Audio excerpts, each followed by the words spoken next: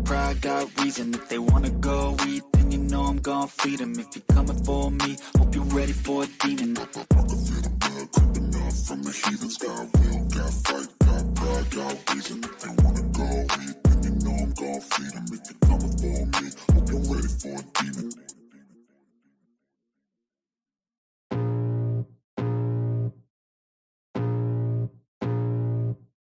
I can feel the blood creeping up from the heathens. Got will, got fight, got pride, got reason. If they wanna go eat, then you know I'm gon' feed them. If you're coming for me, hope you're ready for a demon. I got eyes in the back of my head, I'm seeing. Take me for granted and you know I'm leaving. I'ma take what's mine with the webs I'm weaving. I could take this crowd from seeing to believing. Got a taste for blood and my tongue keeps bleeding. From the words I spit, so sharp, so freezing. So cold, behold, frostbite they feeling. I could tear you apart or I could go heal them. Don't believe in fate, don't believe in ceilings. I just need a taste and my mind starts peeling. I don't pace myself, I grind on kneeling. Got lust for change, I just love the feeling.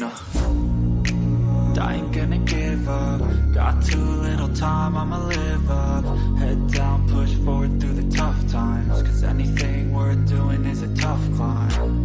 And I ain't gonna give up. Got too little time, I'ma live up. Head down, push forward through the tough times. Cause anything worth doing is a tough climb. Cause I'ma live life for the fight, yeah, I'm here to get it. I got drive, got sight, always have a vision. I go by at night, I be in my feelings. I'ma be fine, need time, and I'll soon be winning. I live life for the fight, yeah, I'm here to get it. I got drive, got sight, always have a vision. I go by at night, I be in my feelings. I'ma be fine, need time, and I'll soon be winning. I can feel the blood creeping up from the heathens. Got will, got fight, got pride, got reason. If they wanna go eat, then you know I'm gon' feed them. If you're coming for me, hope you're ready for a demon. I can feel the blood creeping up from the heathens. Got will, got fight, got pride, got reason. If they wanna go eat, then you know I'm gon' feed them. If you're coming for me, hope you're ready for a demon.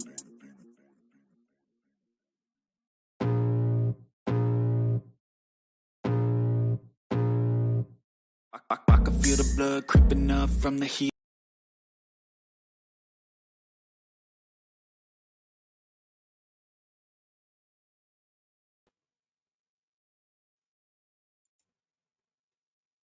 All right, all right, all right. How's everybody doing? Hope you guys are doing all right. Oh, I forgot I had these things on. My bad. Anyways, I just spoke to somebody a little while ago, and possibly we will be having a special guest. Maybe, maybe not. I gave him the link, so if they're available, they will be up here, and um we'll be having somebody join me. So this is impromptu, of course. I'm not really going to present a lot tonight because I thought I'd just get up here and talk a little bit. Because I can talk about true crime. I can talk about things that,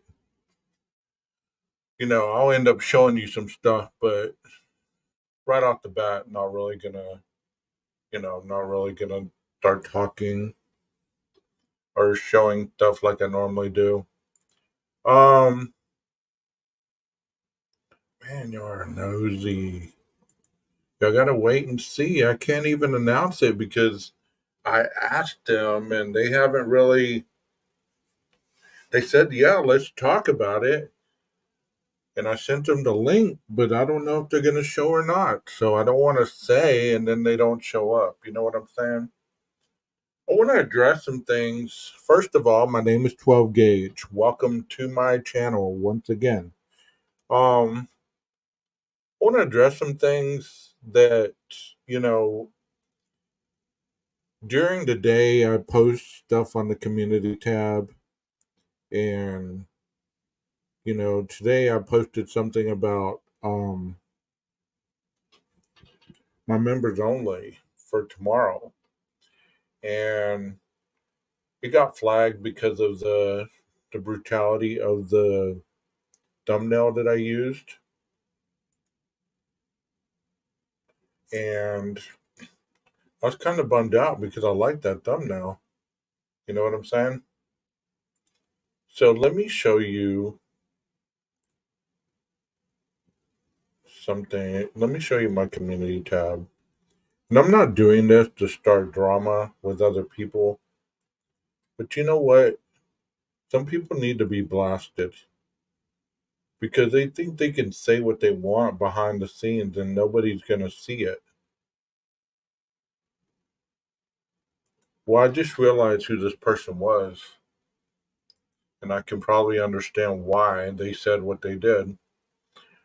I 4 hours ago I put chat GBT would ask how many possible cameras would the White Elantra possibly seen on November 13th, 2022, and responded Brian Koberger's white Hyundai Elantra was captured on surveillance cameras at least 12 times on the night of November 13th, 2022, the night of the murders of four University of Idaho students.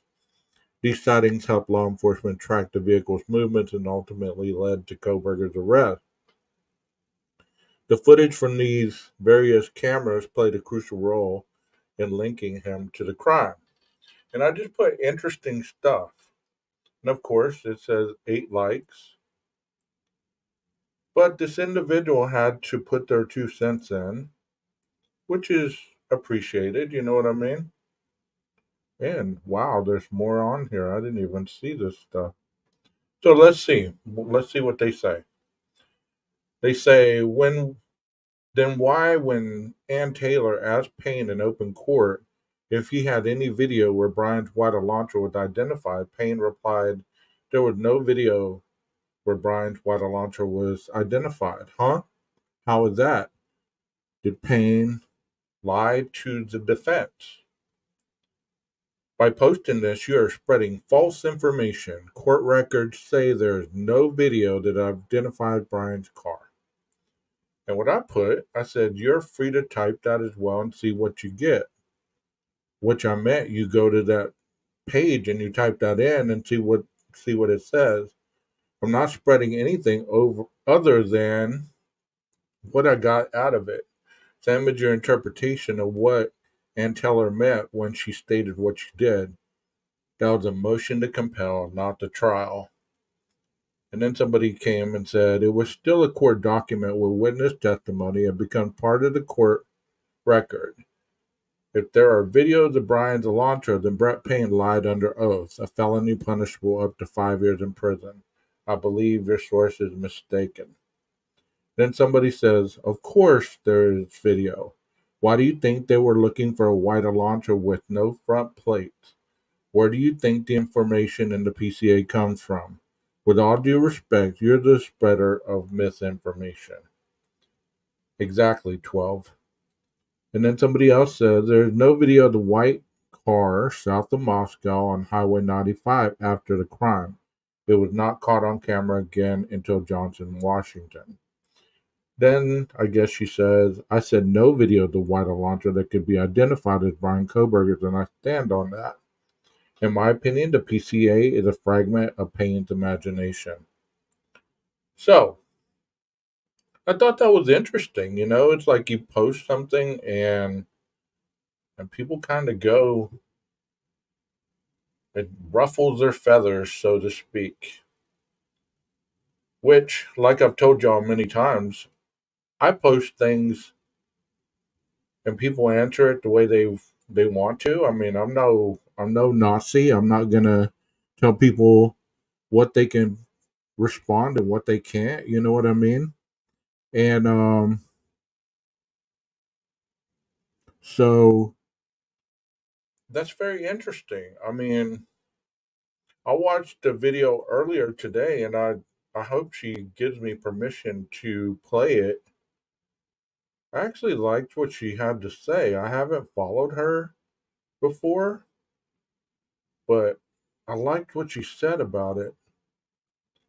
And she was discussing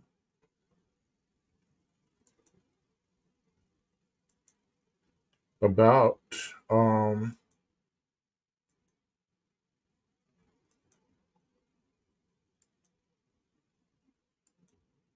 what that was meant to be stated. Let's see. I know I watched.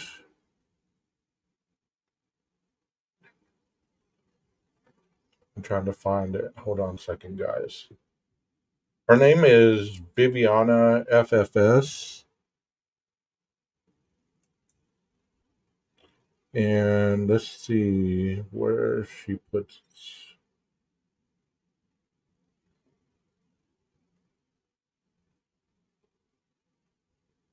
I know I watched it earlier. It's here somewhere.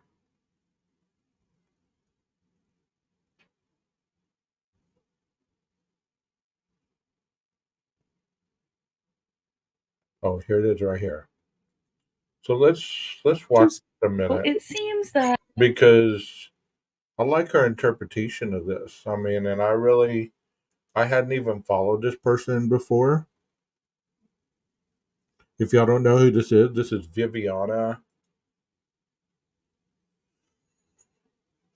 OFFS with Viviana.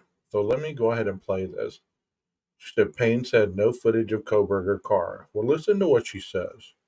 it's time to go back over the court testimony from Brett Payne, because I'm still seeing a lot of people that are claiming that Payne said that they have no footage at all of Kohberger's car. And that is not what he said during the motion to compel hearing. He was talking about exits out of Moscow after the crime. They have footage of the car, but they don't have any footage of the route he took afterwards past Walenta. So I'm going to play the footage from the motion to compel hearing, and I'm going to post up there on that footage maps showing the routes he's talking about. And then I will discuss what's in the probable cause affidavit, explaining what they do have on video. I just want to clarify what's in your probable cause affidavit. Does your probable cause affidavit state that Kohberger or White Elantra went on US 95 south of Moscow? No, it's not. Okay, what does it state? Memory serves states that the next time, it states that a vehicle was seen leaving the area of the crime scene, McKean Road, leaving via Walenta. Okay. Leaving the area of the crime scene. Leaving via Walenta. Okay, so that's not it's not seen though, right? No, because we're gonna play on words here. Drive, which heads south from that area and then terminates on Conestoga and Moose River Drive. That's what the probable cause affidavit states. And to your knowledge, are there other paths of travel south of Moscow besides US 95? Yes. And what's that other route? I believe the one that was referenced in the affidavit goes from Moose River Drive, which turns into Sand Road at the state line, not the Idaho-Washington state line. That road continues westbound until south of Pullman and eventually leads north into Pullman at Bishop Boulevard, if memory serves. And does that path of travel go by Watson Carry construction? I do not believe it does. Did you attempt to obtain surveillance on that path of travel that doesn't go through 95? Yes, we did. And were you successful? I don't believe we were. I don't have anything further. Okay, thank you. Ms. Taylor? Are you testifying that Mr. Kohberger did not use Highway 95 south of Moscow on November 13th?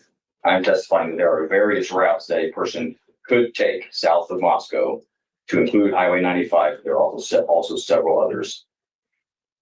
Which one? So if you don't understand that, he just basically said there are other routes as well as South 95 to exit Moscow. She was asking, if he was aware that. Let me rewind that because I didn't even pay attention to what she said. Mr. Kohberger did not use Highway 95 south of Moscow on November 13th. Okay, she said Mr. Koberger did not use Highway 95 south of Moscow on November 13th.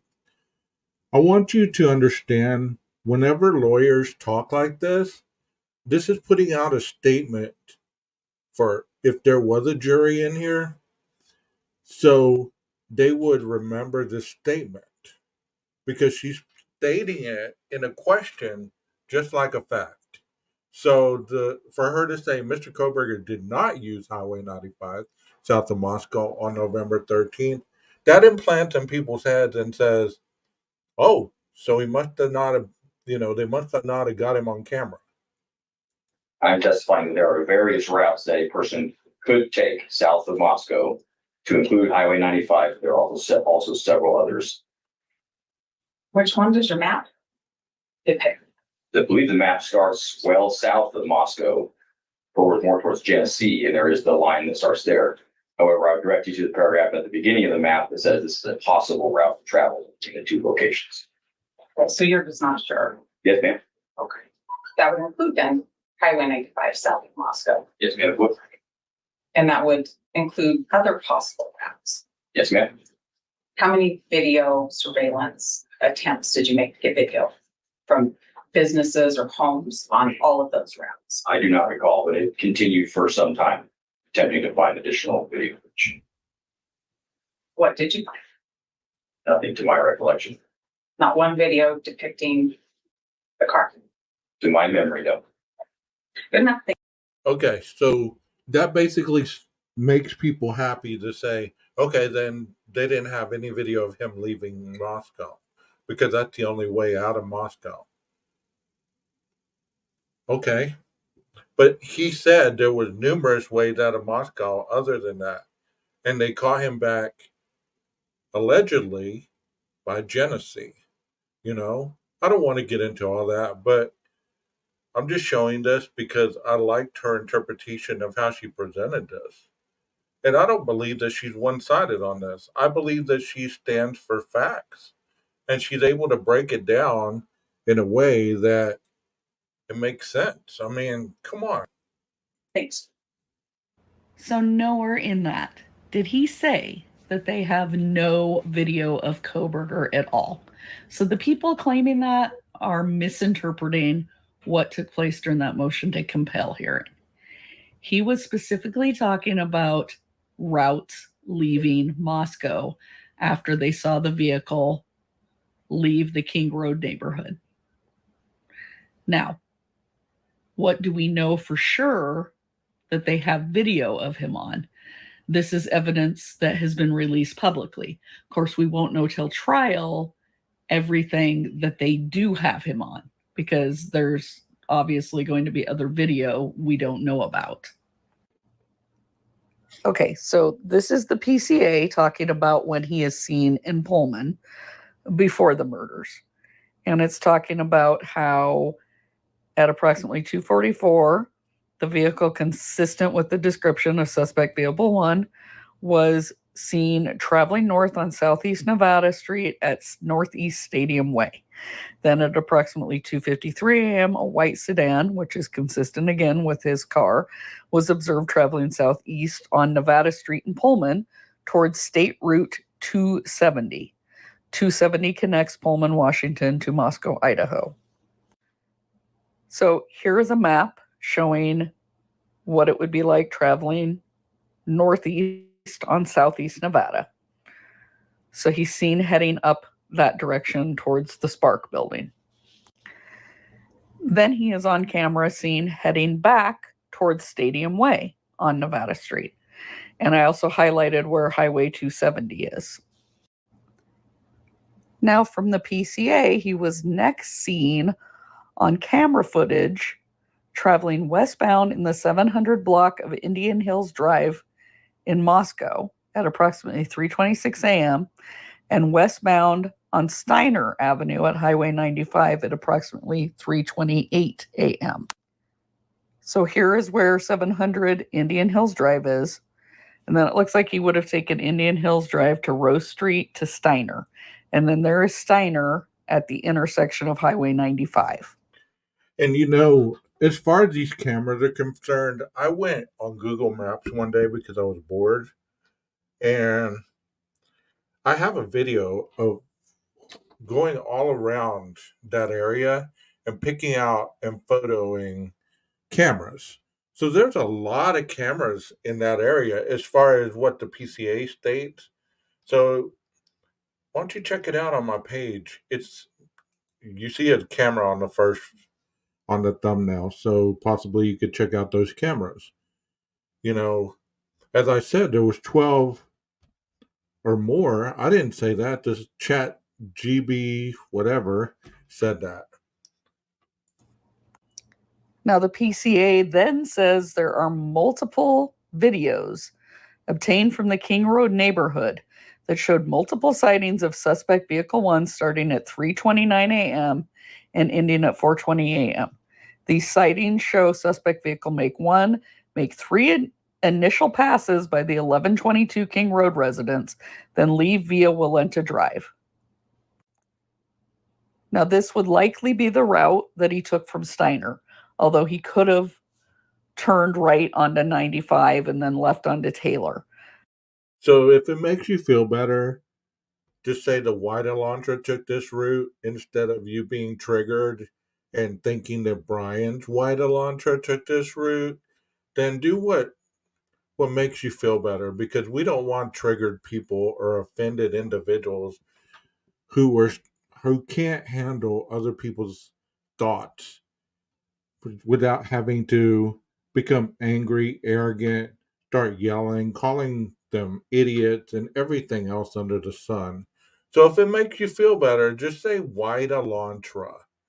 Okay, because that's been proven. All right. So try to be good with your delicate little offended mindset. But it's more unlikely he came in this way through Walenta and then down to King and over onto Queen. Now, next, they're saying that suspect vehicle 1 can be seen entering the area a fourth time at approximately 4:04 a.m. It could be seen driving eastbound on King Road, stopping and turning around in front of 500 Queen Road, number 52, then driving back westbound on King Road. When suspect vehicle 1 is in front of the King Road residence, it appeared to unsuccessfully attempt to park or turn around in the road. The vehicle then continued to the intersection of Queen Road and King Road, where it can be seen completing a 3-point turn, then driving eastbound again down Queen Road. So this would be the vehicle headed past 1122 King and doing its turnaround in the Queen Road apartment lot. Then it was seen heading back towards King Road, and it did the 3-point turn. Then it was seen one last time prior to the murders, headed back to in front of the house. Now, in the PCA, it says that after the murders, it is seen departing the area of the King Road residence at approximately 4:20 a.m. at a high rate of speed. Suspect vehicle 1 is next observed traveling southbound on Walenta Drive. And then Payne says, based on his experience and knowledge of the area, he believes that he exited the neighborhood at Palouse River Drive and Conestoga, which heads back into Whitman County. So he was seen on camera headed this way. Now, after that is when they have no sightings of him on camera until he is back in Whitman County. Now, this is the possible route that Payne thinks he could have took. So it would take you from Walenta down to Sunnyside and Conestoga. So the next time he is seen on camera is at 5:25 a.m., or approximately 5:25, when he is observed on cameras in Pullman and the WSU campus. First recorded camera is at 1300 Johnson Road. Then he's observed traveling northbound on Johnson Road. Johnson Road leads directly back to West Palouse River Drive in Moscow, which intersects in Conestoga. The white sedan is then observed turning onto North Bishop Boulevard and northwest on State Route 270. At approximately 5:27 a.m., the white Elantra was observed on cameras traveling northbound on Stadium Way at Nevada Street, Stadium Way at Grimes Way, and Stadium Way at Wilson Road, then Stadium Way at Cougar Way. So here's Johnson Road turning onto Bishop Boulevard. And then from Bishop Boulevard, he would have gone to Highway 270, right on the edge of the WSU campus.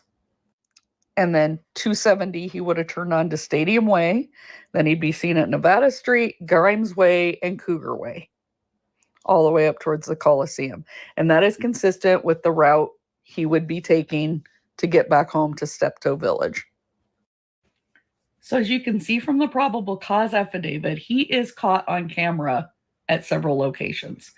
So anyone that's saying that Brett Payne said he was not on camera at all is just flat out lying.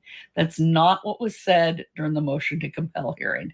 Now, I'm going to show you some routes he could have taken back to Pullman, and the reason why he may not be on camera on the way back to Pullman until he got back into Whitman County. I'm going to pause it right there for a second. You know, as a country, we do have the right to our opinion. We do. But to sit there and just flat out attack people and call them names and give them depictions of fictional characters such as Santa Claus and, you know, they calling Payne a midget and all the things that people hatefully do just to try to get your point across. Can you not articulate your words enough without making fun of people in order to get your point across? You get upset when people get aggravated with your ability to not articulate your words to form a formable sentence. Or you feel that you know all there is to know about this case and everybody else is just foolishly idiots. You know, it's sad that, you know, we can't sit down and say, well, yeah, I can see your point. I can see that point. I can see this. I can see that. I can open my mind to see what you possibly see. But at the same time, if you give anybody else the opportunity, they're going to sit there and attack you and be passive aggressive with you. You know, they're going to use that moment to passively aggressively attack you. And how can you have a conversation with anybody about something if their way is the only way and you're just an idiot and you need to shut the F up and everything else? And if you go against what people think or feel, then you're just on the other side, you know? Individuals that have to alienate themselves from other people, they're hiding something most of the time. They're hiding the fact that they feel inferior to the other side for whatever reason. So they have to use brutality and violence and profanity in order to articulate their thoughts. Or they have to try to show you that they're smarter than you, even if what they're showing you doesn't even correspond with the question that you're answering. You know, I've seen multiple interviews on these panels where the creator has attacked the person that they invited to have a conversation. And what kind of message does that send to anyone about the content that person could be trying to portray? Of course, their audience is going to say, great job, way to stand up for yourself and way to put him in his place. But where did it become that we had to be against each other and put each other and our content in our place? You know, are you that inferior that you have to make others look bad in order for you to look good in the eyes of whoever lifted you up on the pedestal? Because with that mentality, everybody eventually comes crashing down. It's just a matter of time. And people turn on each other. There's no loyalty. They turn on each other. You know? Here today, gone tomorrow. They're just a select few of people in this true crime community that I still talk to off camera. Because regardless of what we talk about, it's not so demeaning that we don't say it to each other's faces. Unlike we share information and then it's being blasted all over YouTube as if they came up with that scenario. People are so interested in wanting to be the first one to report something that's never been seen that they don't see they violate innocent people's rights by showing it. You know, the person that I showed at the very beginning, she's a mod on another channel that's currently showing a video of people supposedly in the night of the murder. They're all clad in black. And they've showed it more than once. So, how is that not doing the same thing that you're accusing me of doing? Your mod says that I'm spreading false information, but yet you see a video and instantly it's factual. Instantly you're playing this to the world as fact, just to show them because people were clad in black, then they must have been the one to do the crime, not the one that's sitting in jail. Don't you believe that if other people were really responsible, and we don't know what kind of investigation is going on behind the scenes still. But if other people were involved, don't you think that the police would be doing their job? No, let me stop for a minute. No, you wouldn't. No, you wouldn't. Because you've had issues with the police yourself, or you've had issues with the government yourself. So therefore, you're not going to stand up for what the police stand for because they've wronged you. So all police are trash in your eyes. The government is trash. The PCA is trash. Anybody that thinks against you is trash. But let me tell you something. The PCA is so trash, but you use it every chance you get to prove your point. So you're using trash also? Because when other people try to use it, oh, the PCA is irrelevant and it's trash. But when you use it, oh, let me show you this part. Let me show you this part. This is what the other side wants you to believe. See, they're wrong right here. This is trash. This is too much. The person who wrote it's an idiot. This and that. Okay, so it only serves your narrative. You know, that I don't even want to go there, you know? It's irrelevant at this point of the game. It's not irrelevant. It was needed when it was written. At this point, why would you need it? Just like what we're doing with the PCA. The only reason you would need it is to go back and show different areas of it to suffice your narrative. You know what I'm saying? That's the only reason you would need it. You're right. At this point of the game, it's irrelevant. You're right. But it doesn't mean that once it was written, it was irrelevant. It served its purpose. But when people talk about it being trash or it wasn't written great or it wasn't written up to their standards, I dare to ask these individuals, have they ever written a PCA? Have they ever investigated a crime scene? Have they ever tested data? And if they have, then they would know their impression of what they're talking about. But if they've never done it, how can you claim to know how it's done? I have a teacher in here in the chat.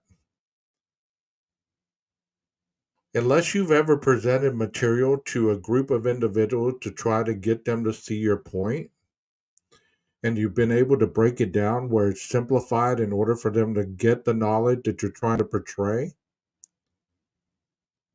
just simply reading something to somebody is not teaching them anything.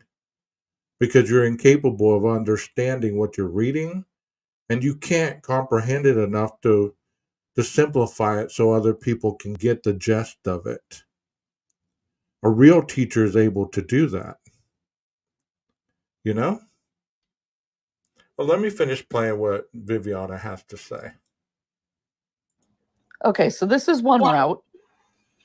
After leaving the King Road residence in Walenta, he could have gone over towards Steiner and down 95. However, they did not find his car on any of the footage from any of the businesses along 95.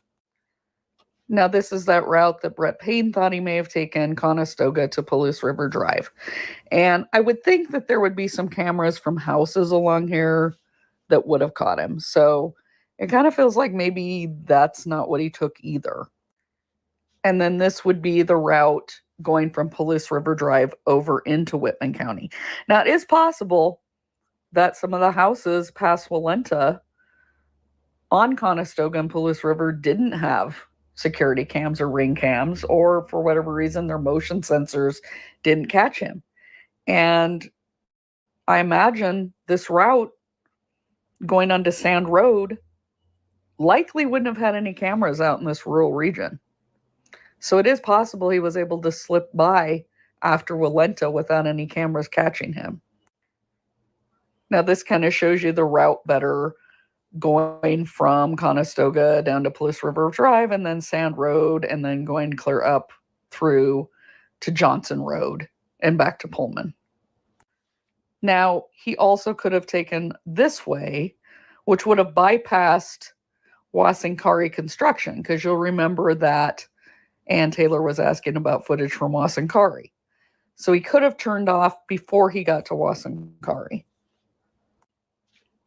And these are three of the routes he could have taken.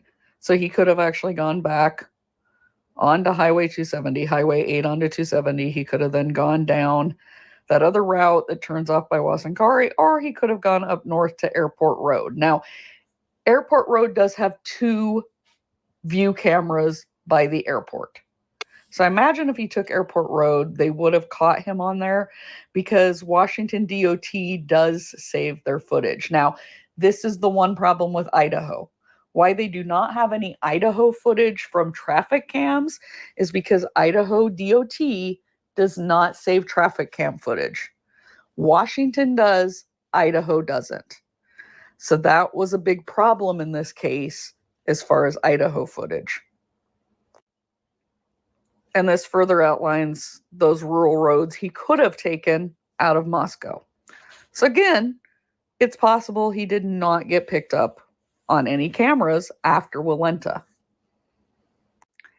And then he could have also headed over another way on Highway 8 and down another country road down to Blaine, which would have completely bypassed all the businesses on 95. And he could have cut across at Blaine or further down at another point to head back over to 95 and over into Whitman County. And remember, his phone started responding again by Blaine. So it's possible this route is what he took. And then this is where they started tracking pings once the phone started responding again. So they started tracing him down near Genesee, across over to Uniontown by Colton, and back up towards Johnson. So he obviously took a route that was south of Moscow, somewhere near Highway 95 and back over into Whitman County. But whether he was on 95 or not remains to be seen. And you know, just because the phone turned back on, and I don't want to get into the tower stuff or any of that stuff because I don't know enough about it to be talking about it. And see, that's what I do. I don't talk on things that I don't know enough about, but there are people that do know stuff about it. And when they talk about it, I like to listen to them and I like to learn from them. But there's individuals that can't do that. They have to forcefully tell you how ignorant you are and things like that. But have you ever wondered if maybe he parked his car somewhere around here, turned turn this back on, and if he wasn't alone, maybe he was in another vehicle. Maybe that's why they didn't see the white Elantra. He made it home, though. And the next morning, supposedly, he was around the house at 9:22. I don't know. I don't have a clue. But that's what that's what the PCA says. So, I mean, it is what it is.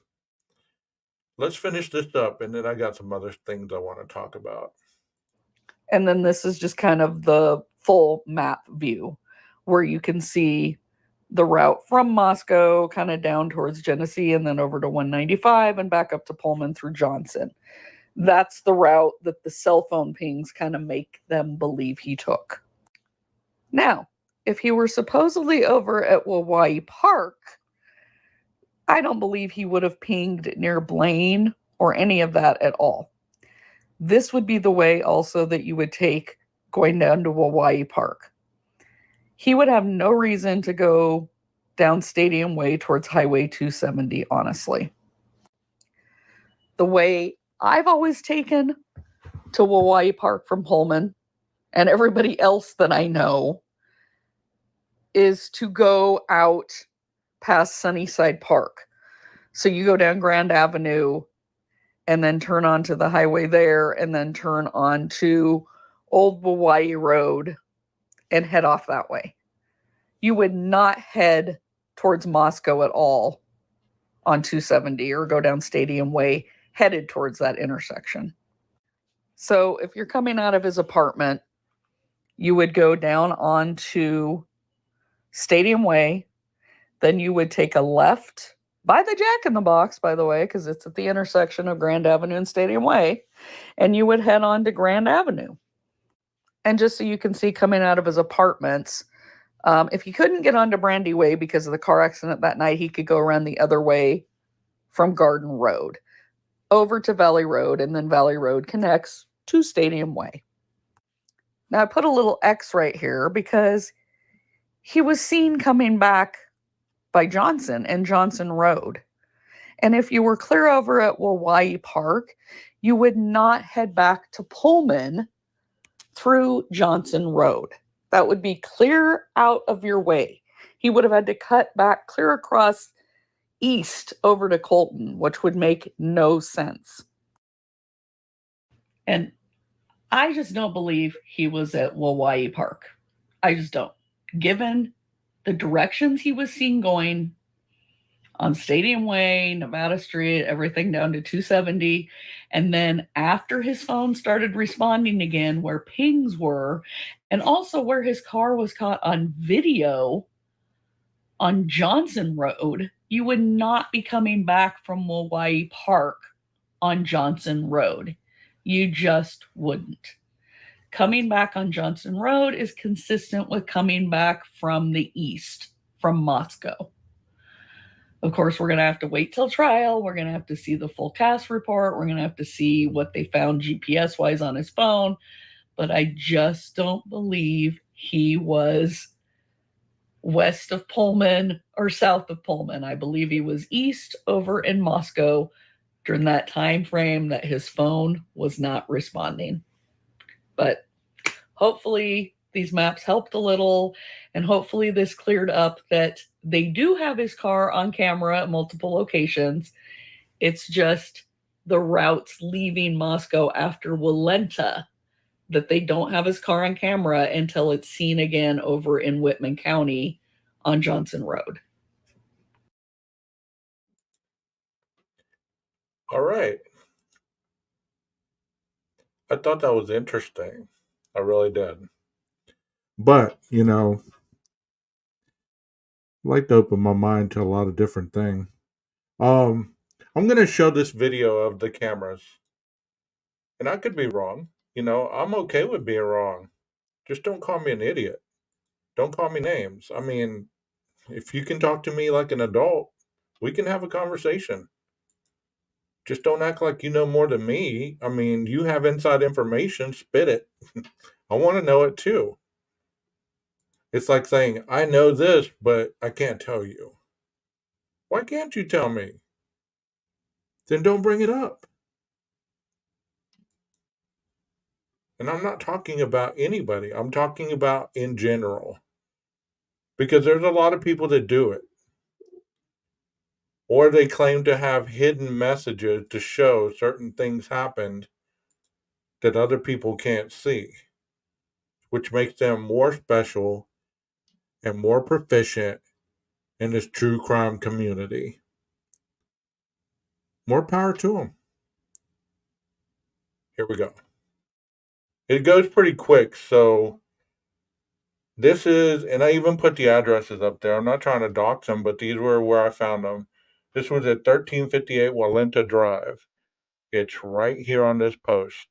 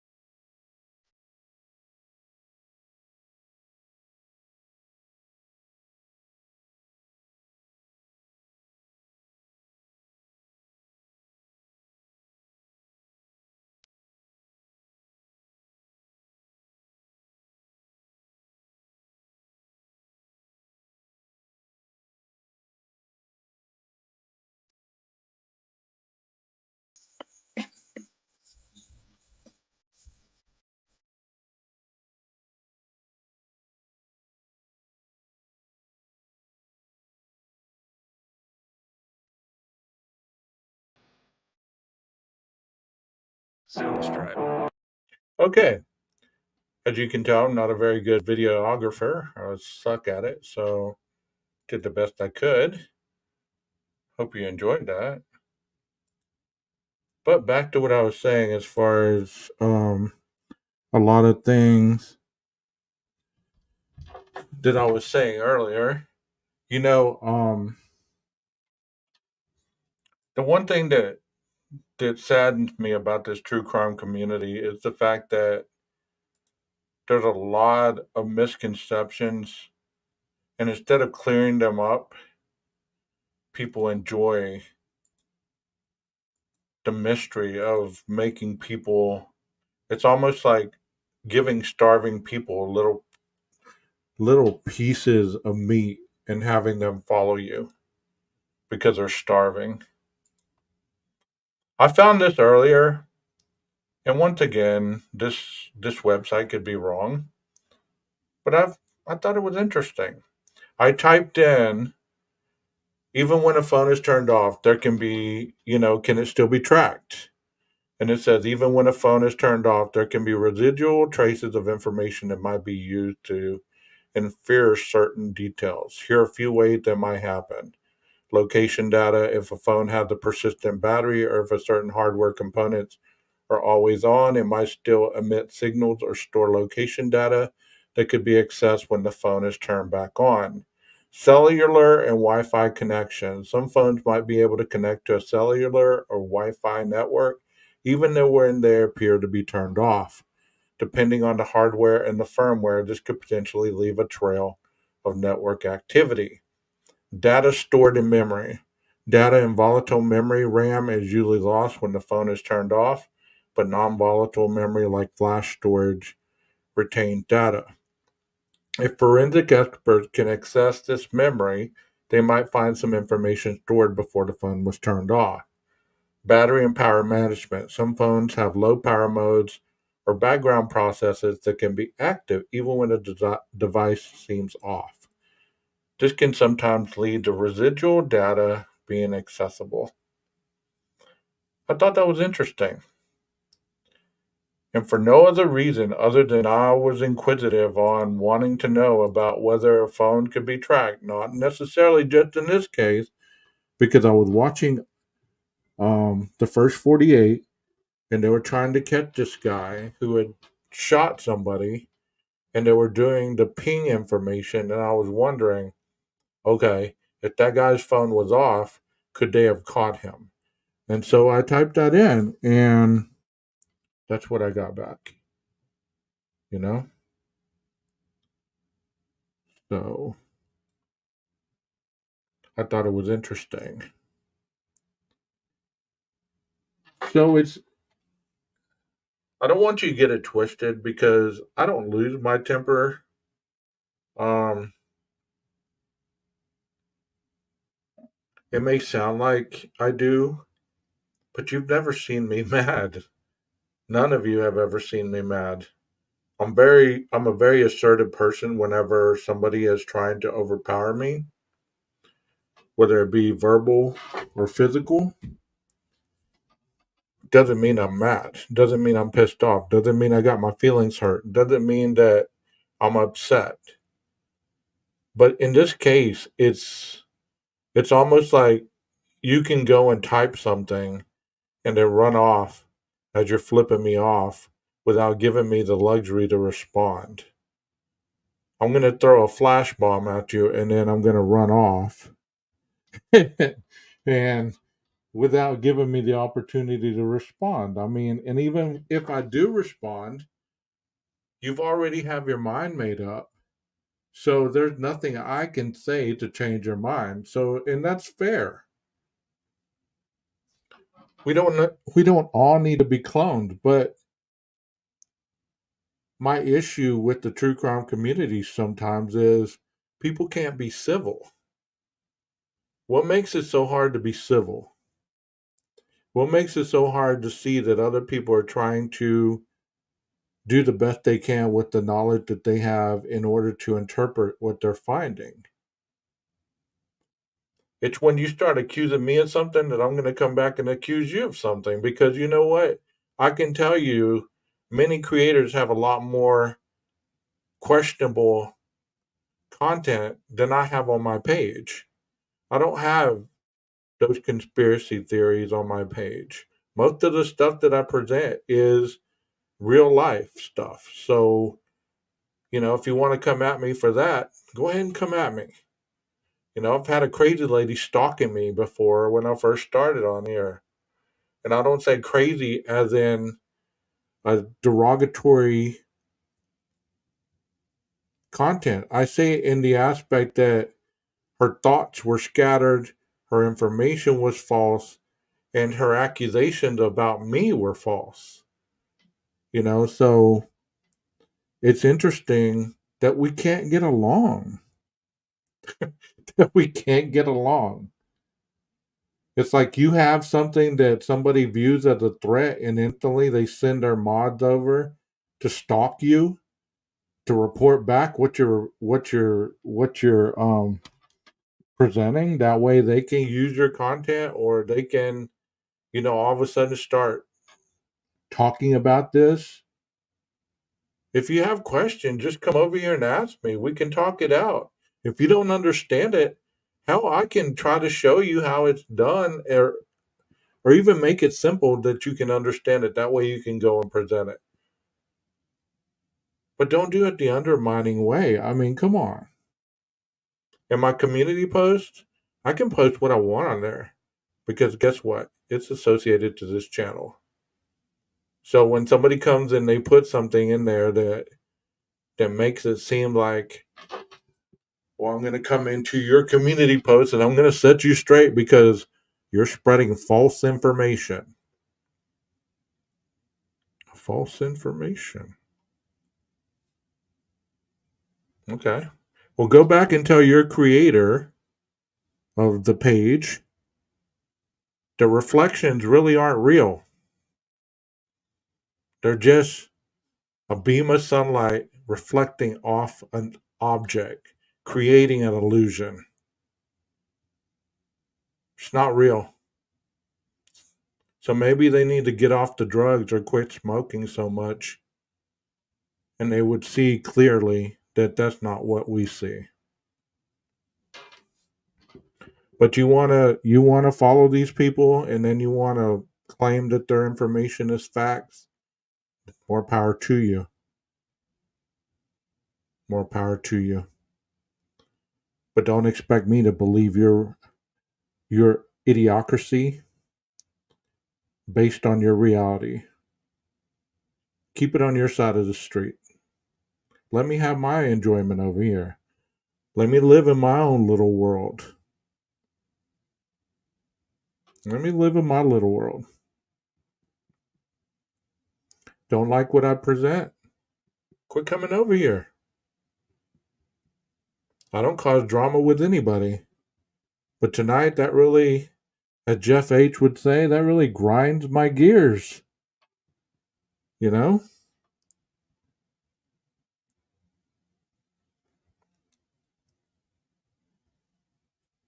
I gave people props last night on the 4-hour live that I did. You know? I said people are able to create their own art, their own interpretation of what they feel is needed to be presented. Nobody should be the monitor of what they present, one way or the other. It is their art form. But we can still be respectful at the same time. If you have insecurity issues, get them fixed. If you have abandonment issues, get them fixed. If you have mommy or daddy issues, get them fixed. If you have authority issues, get it fixed. Or be yourself, whatever the fuck you want to do. Just leave people out of it. Because all you're doing is hurting families or hurting other people. I mean, I heard this lady go on and on and on about a family, and I was like, how in the hell can you even say that about that family? They have lost a child. You know, all of us have discrepancies in our families. We have not so great people in our families. But it still doesn't mean that if something tragic happens, the public has the authority to go attack him. You know? It doesn't give the community the right to go and attack them because they have people in their families that have made mistakes and they're trying to do better. But in this case, these families are grieving. And some of you have lost family members. And to be going at it as hardcore as you are to try to push the innocence of an individual, you yourself should know about grieving. I'm sure your heart's in the right place, but your mind is in the wrong place. You should remember what it was like to lose your family member, how hard it was for you to cope. And what if YouTube would have been coming at you relentlessly every day because you wanted answers about your family member's death? How would you have responded?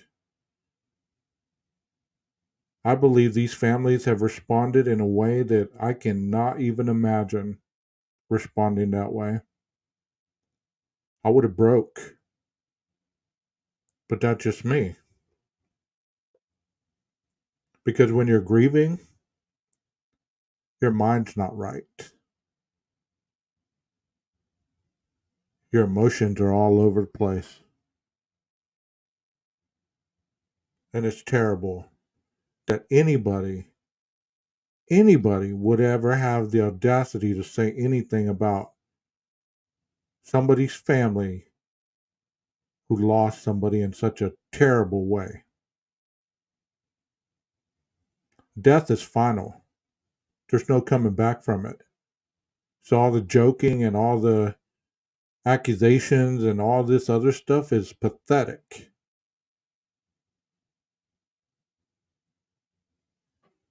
It's pathetic. You know? So try to remember, there are people that watch this from other countries. There are people that watch this from other nationalities.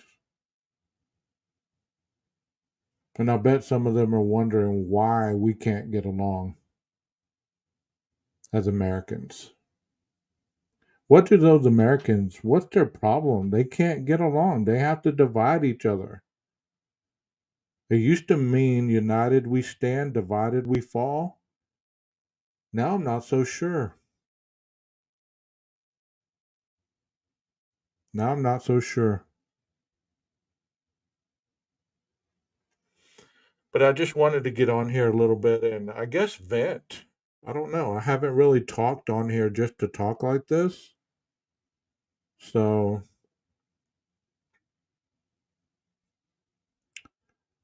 let me be free to my opinion. Let me be free to my opinion and you be free to yours. That's how adults do it, right? Have you ever had a kid that, you're trying to redirect and you're trying to teach them something and they're not listening to you? They're quick with the response. They're not listening to learn. They're listening to respond. That's what a lot of adults have become in our society. They're quick to respond, not listen.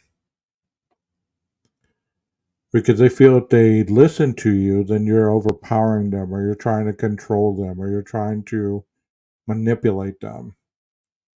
Like I always say, if your house isn't clean, that's how you're going to see the dirt in the world. You're never going to see clean and pure. So, and I always say as well, I'm not the moral compass of YouTube. I'm not. I'm the moral compass of myself, and the only challenge I'm in is to challenge with myself daily.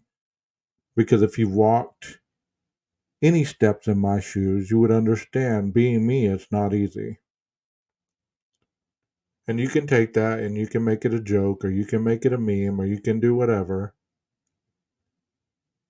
But I've made peace with myself, so do as you wish.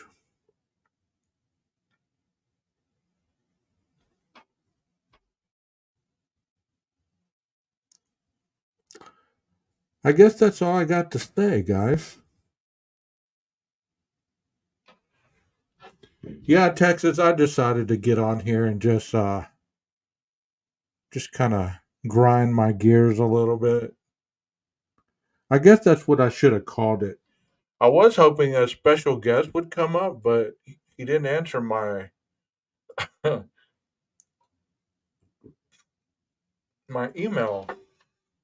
I guess he got busy.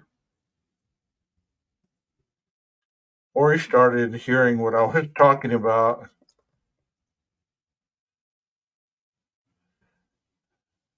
And he's like, oh no, I don't want any part of that. There, I changed it. True crime, grind my gears. There you go. I'm not gonna say who it was because they didn't show up. So I don't want this live to be associated with them. You know? Because I said a lot of stuff in here, and tomorrow I'm not gonna backtrack on it. I stand behind what I say. And before y'all all start coming back at me and playing clips about this and everything else, save your time. Save your time and energy. It's not worth it. I'll still be here. I'll still be here. you know? Like I've always said, the people that continue showing up in the chat are the ones who want to be here. I started with nobody in the chat, so you trying to make me look like a bad person? Save your time and energy. I've been at the bottom. I'm not scared of it like some of you. You know, and it shows in every aspect of your life. Some of these creators, it shows they're scared to hit bottom. They're scared for their channels to fail because that's all they have to look forward to. It's sad, actually. But anyways, I'm gonna end it on that note. I hope those of you that were in the chat weren't triggered by anything I had to say, because even though I speak in general terms, sometimes it seems like I'm causing ambivalence within people because we are short from the glory. So, you know, how are we not going to be triggered? Don't take it personal. You know, be you. If you feel that you don't need to change, hey, keep being you. I'm not anywhere near trying to tell you what to do. But don't come at me expecting me to be silent. And that's all I got to say about that. I care for you guys as well. Y'all have a wonderful night. Happy Monday. Maestro, cue that music.